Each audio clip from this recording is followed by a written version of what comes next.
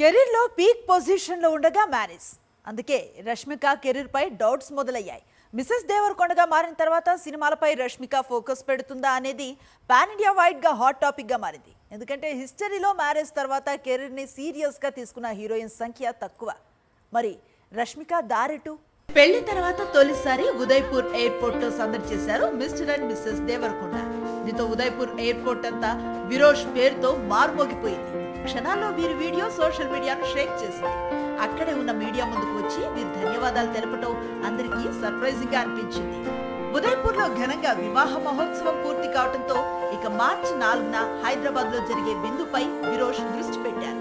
Reception కు ఆహ్వానిస్తూ ప్రధాని మోదీని కలిశారు. అంతకుముందు కేంద్ర మంత్రి అమిత్ షాను కూడా వివాహ విందుకు వీరు ఆహ్వానించొచ్చారు.